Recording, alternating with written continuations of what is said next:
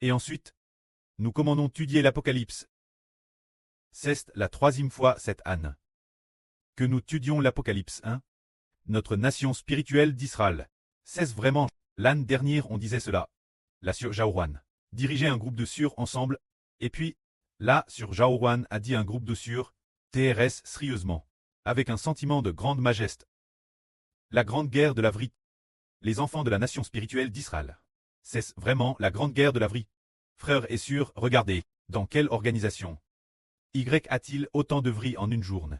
1 heure le matin, 1 heure le soir. Et puis, toute la journée, il y a des gens qui louent. Et d'autres, qui prient l'autel d'or. L'avenir, les tours de garde de l'autel d'or, après la construction du temple.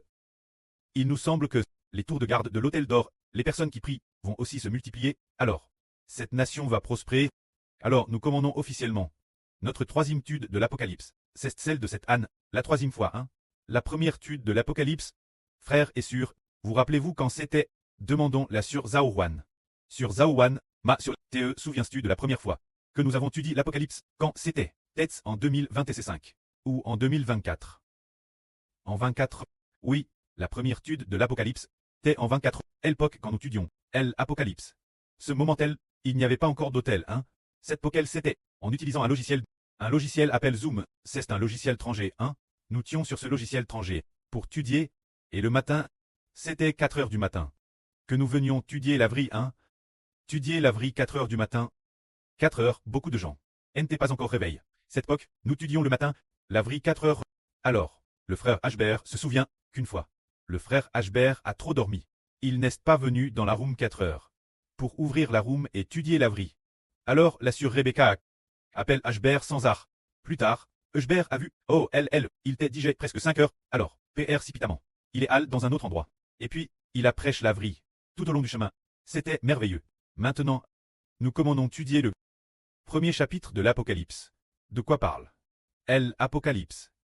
L'Apocalypse parle du fait que le prêtre va donner le royaume au frère Ashbert.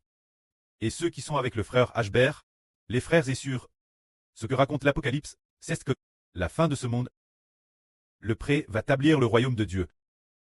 Alors auparavant, Dieu a-t-il établi son royaume? Pas encore, bien que l'évangile du Seigneur ait été propagé, mais l'évangile du Seigneur, ceux qui l'ont reçu, cette poquelle, ce n'était que le début, les gens étaient très peu nombreux, insuffisants pour former un royaume, puis la fin du monde.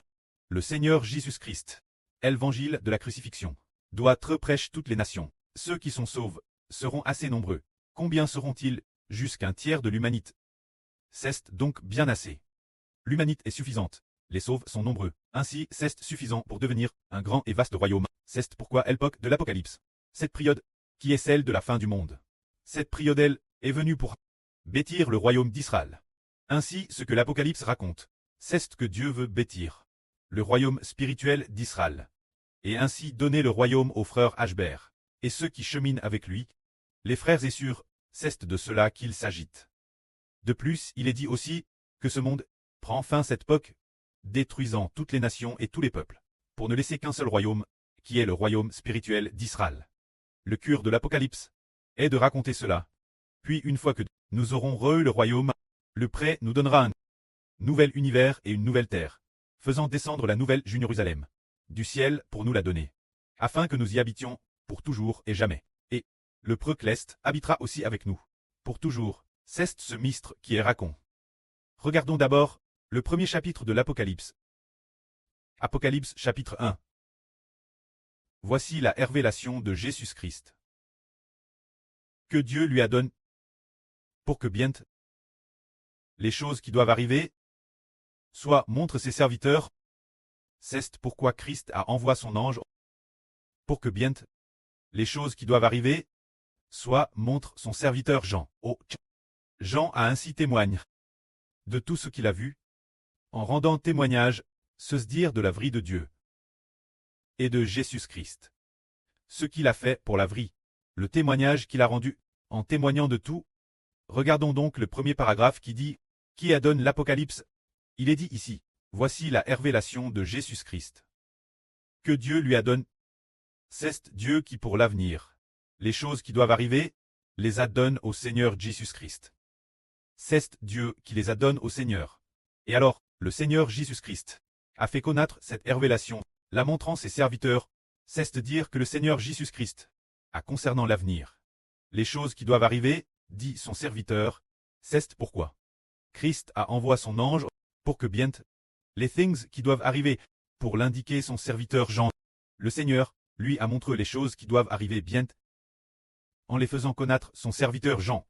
Quand Jean, il a reçu la révélation, c'est ainsi le pré-clest Jova. Notre pré-Jova Dieu. Notre pré-Jova Dieu a donné la révélation au Seigneur Jésus-Christ. Se dire ce qui, dans l'avenir, doit arriver, la donne au Seigneur. Ainsi, le Seigneur Jésus-Christ, après avoir reçu la révélation, devait la transmettre son apôtre Jean.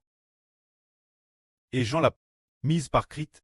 Alors, il la révèle, tous ceux qui croient au Seigneur Jésus-Christ.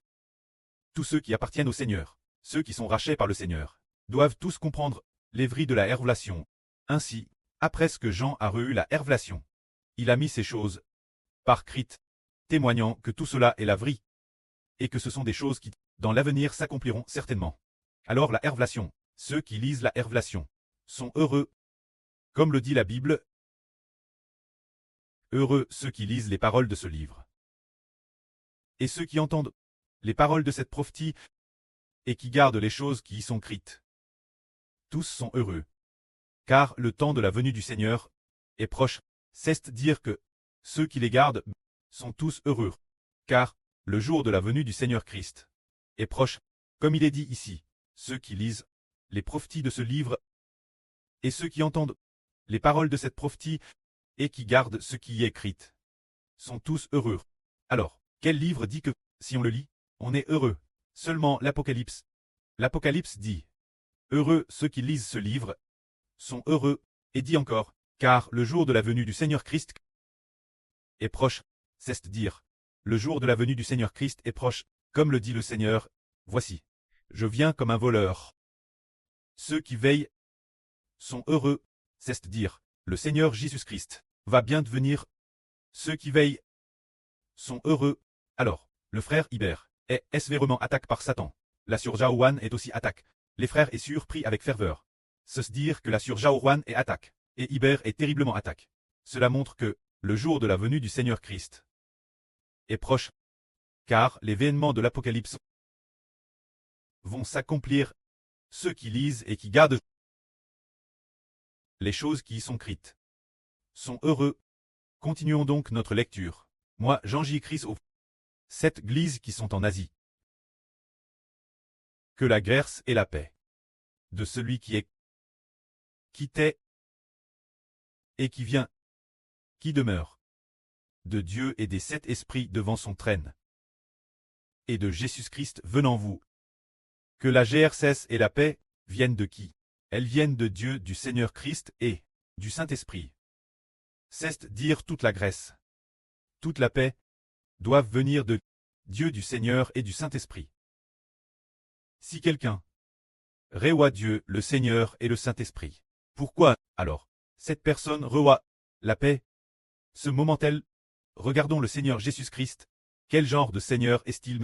Comme il est dit ici, Jésus-Christ est le fidèle et véritable témoin, le premier d'entre les morts et le prince des rois de la terre.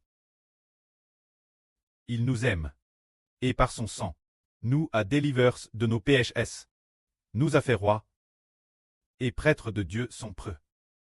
Lui soit la gloire et honneur, la gloire, la domination et la puissance, soit Jésus, au cycle des cycles. Amen. C'est dire que notre Seigneur Jésus-Christ est le fidèle et véritable témoin. Se dire quel genre de témoin est le Seigneur Jésus. Il témoigne que Dieu va nous donner la vie éternelle. Pour cette chose, il est le témoin fidèle et véritable, car il a lui-même crucifié et est ressuscité des morts, disant aux gens que quiconque croit en lui aura la vie éternelle. Dieu veut donner la vie éternelle aux hommes. Alors, les apôtres ont vu de leurs propres yeux le Seigneur ressuscité d'entre les morts, ont vu le Seigneur Jésus-Christ très crucifié. Ainsi, le Seigneur Jésus-Christ est le témoin fidèle et véritable. Se dire le témoin que l'Éternel Dieu va donner la vie éternelle. Nous, le Seigneur Jésus-Christ, est aussi le témoin que Dieu va nous donner le royaume. Il a été fidèle au point de donner sa vie, fidèle au point d'être crucifié. C'est celui-ci, le témoin fidèle et véritable. Alors, ce témoin fidèle et véritable, il est ressuscité d'entre les morts. Il est le prince des rois de la terre. C'est pourquoi il est dit ici. Il nous aime, et par son sang, nous a délivrés de nos péchés, nous a fait rois et prêtres de Dieu son preux. Quant au Seigneur Jésus-Christ, il nous aime profondément. Il a donné sa vie pour que nous recevions l'autorité de roi et de prêtre, pour que nous puissions, par son sang, nous racheter pour Dieu, afin que l'avenir nous puissions traire roi et prêtre, montrant que le Seigneur nous aime profondément. Lui soit la gloire, la domination et la puissance, soit Jésus, au cycle des cycles. C'est que le Seigneur Christ nous aime profondément. Alors le Seigneur Jésus-Christ doit recevoir la gloire avec le précleste, recevoir l'autorité, recevoir la puissance, pour toujours. Que la gloire soit auprès et au Seigneur. Amen.